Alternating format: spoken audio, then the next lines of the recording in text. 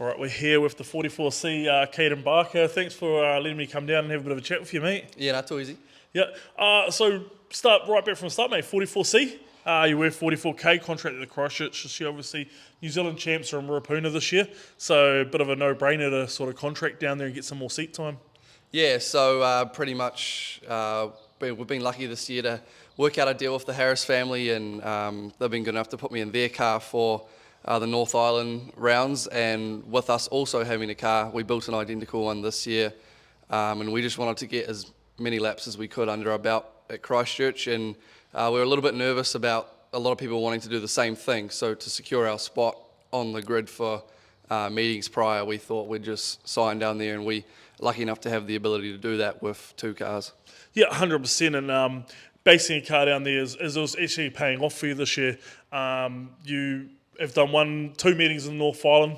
You're on a bit of a hot streak at the moment down south as well. So racing against the likes of Jeremy Webb and the top guns down there in Christchurch is obviously doing your racing very well. Yeah, like you said, racing against Jeremy down there.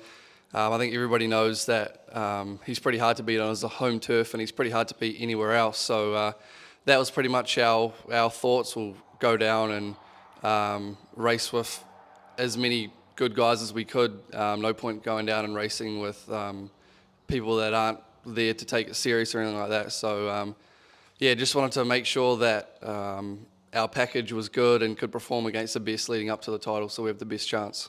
Yeah, obviously you have been to NZ in the past, so you'll be hungry to get that one step closer. The commitment that you and your team are showing by going down to Christchurch is unreal, mate. Bit of a package behind you, like you said, Harris Race Cars are helping you out heaps, so must be a huge effort by the family and all the crew to get you down there each week. Yeah, Dad's just been amazing these last couple of years. After the passing of my grandfather, he's stood up heaps, and every weekend we're either in the North Island or we're in the South Island, so it does come at a cost. It's flights down there. We take Ross, who's our crew chief on the Harris car, and our car down there every weekend to basically maximise our package and make sure that we get all the fine details in and try little things that we may not have tried if it wasn't just us on our own. So huge thanks to all my sponsors this year. Online Stabilizers, they're a big one. Harris Race Cars obviously putting me in their car. Cook Roofing, Central Metals, Crafted Signs, Boss Powder Coaters, Motul New Zealand, and Livestock Feed Systems. They really do help me get around. So yeah. No, that's cool. How have you been finding racing down in Christchurch, mate? I've been down for 2 meetings prior with a good friend of mine, Alec Inslee, in the midget, and I was pretty much the first time I saw the track, I knew that I wanted to have a go because it looked pretty cool. It's different to some tracks up here. It doesn't take rubber as easily, I find, and it can be I wouldn't say rough, but it could be not as smooth as tracks up here. So it's got a bit of character to it, and sometimes it can build a curb, which is sort of every open wheel racer's dream. And I learnt a lot over in the States in the off season with how to tackle tricky tracks and car placement and all of that. So yeah, I really do like the track down there. It's really cool. Yeah, nice. We'll talk a little bit about you racing in the North Island just last week, I think it was, the BT Race for Mates. Obviously, a big meeting for you guys in the TQs. Bryce Townsend was a big influence in open wheelers in New Zealand, you can't argue that. Finish on the podium, must be pretty proud of that, mate. Yeah, so I didn't personally know Bryce, but I knew the sort of effect that he has had on the open wheel speedway community and speedway community in general. So it was probably, other than the New Zealand title, the meeting of the year that we were looking forward to. And we were in the Harris Race Car 64A. Cool format, starting from the back, and 30 laps too, which is cool. We usually have 15 lap races and that. So work was cut out for everybody to even finish. We got picked 4th to last or something, so started about around 19th, I think, or 20th. And just kept our nose clean for 30 laps and had some cool battles with Regan, Scott Baker, James McDonald. He did awesome in that race to put it on the podium, and come up one spot short, but it was definitely a cool race. No, that's always good. All right, what we're here to talk about is you're off to America. You're off to the Tulsa Shootout again. You were there last year. We talked about it just before. You were in America at the start of the season. What are you going over there to race, mate? A lot of people out there won't really know what these micro sprints are. So what really are they compared to our TQ class? Yeah, so pretty much heading over to Tulsa in a week's time to race the biggest micro sprint week of their calendar. So it's an indoor race, racing once, twice, 3 times a day for 5 days. And a micro sprint is pretty much, the way that I can describe it is in the TQ class there's a 13-inch car and there's a 10-inch car.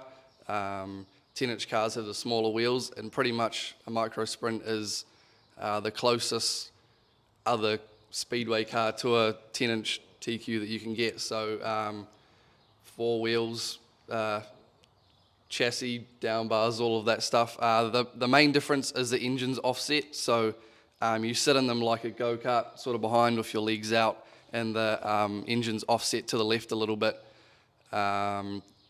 Methanol, fuel injection, all of that good stuff. 600 cc's? Yep, 600 cc's, stock motors, and pretty cool. They've got wing tabs welded on the roof and on the front for the front wing, so you can basically bolt a wing on, take the wing off, and you can run 2 different classes. Yep, because there's different classes you ran last time. It was the winged micro sprint, wingless micro sprint. There's also outlaw micro sprint as well, so it's all much the same, isn't it?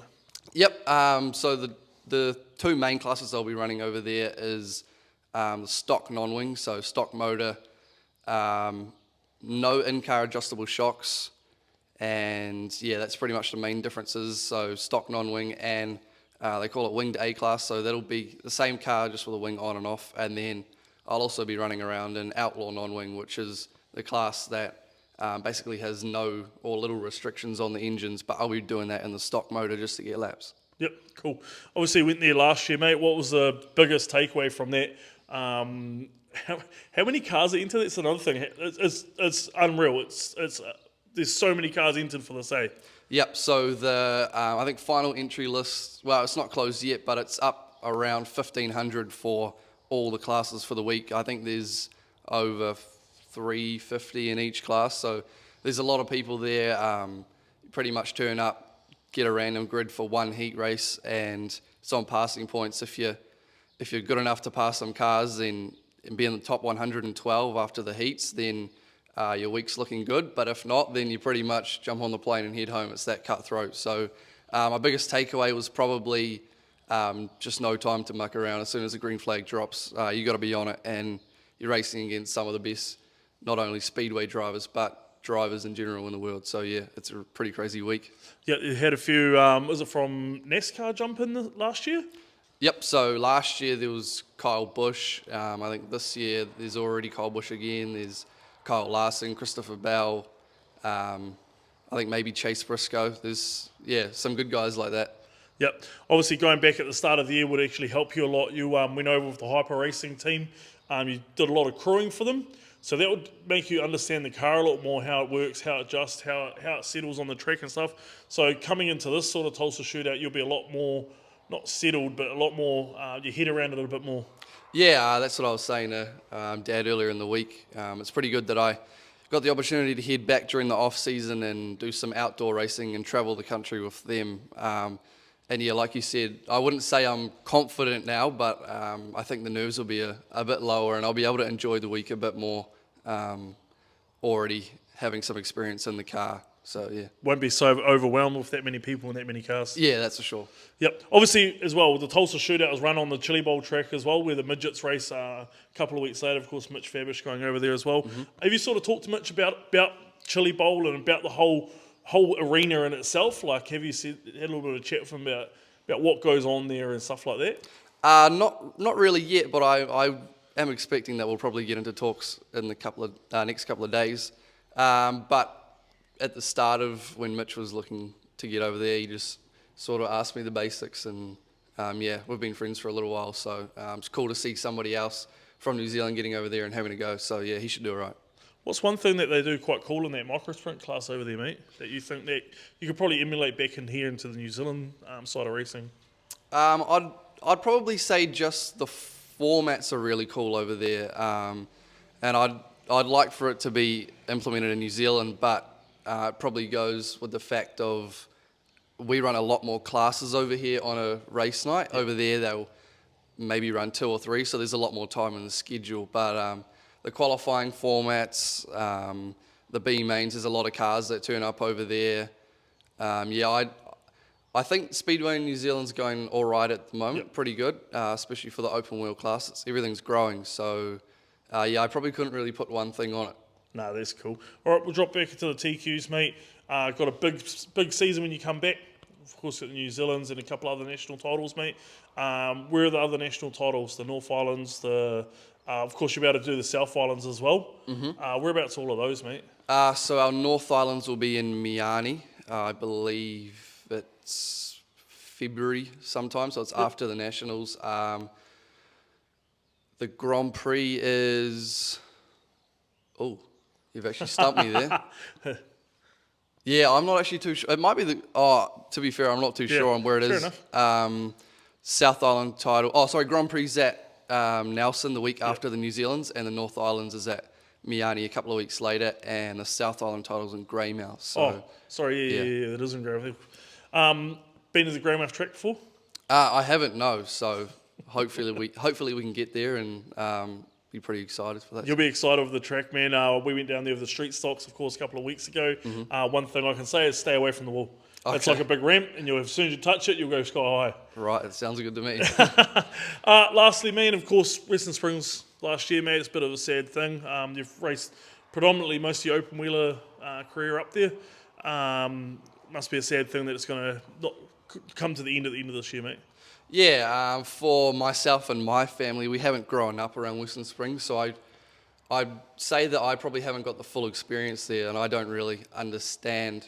Well, I probably don't understand the significance that it is to everybody else there. But obviously it is a sad time for a speedway and track in general closing in New Zealand. We're just looking to make the most of the last shows and enjoy our time there. Yep. Anything else on the cards, mate? Nah, not really, other than the Tulsa Shootout. Probably just looking forward to carry on our good season over here in New Zealand and just bank more laps and take whatever opportunities come our way. Yep. You going to carry on for your vlogs while you're over there, mate? We've been slack this year, but I think me and Dylan were saying that we'll be doing daily ones, so they probably won't come out while we're over there, but we'll do our best to do a vlog a day and take everybody behind the scenes. Sweet. Where can everyone find that, mate? Kayden Barker Motorsport on YouTube, and you can keep up to date with all my other things on Kayden Barker Motorsport on Facebook. So, yeah. Yeah, and of course, I'll be keeping up with all the live laps and everything like that. So everything that Kayden does in America, I'll be pushing hard. And I just have to say thank you for how hard you push my page, mate, and the insight you give me into the TQ class and, of course, this whole micro sprint thing, man. So good luck while you're over there, man, and everyone out there will be cheering for you, mate. Yeah, sweet. Thank you. Cheers, bro.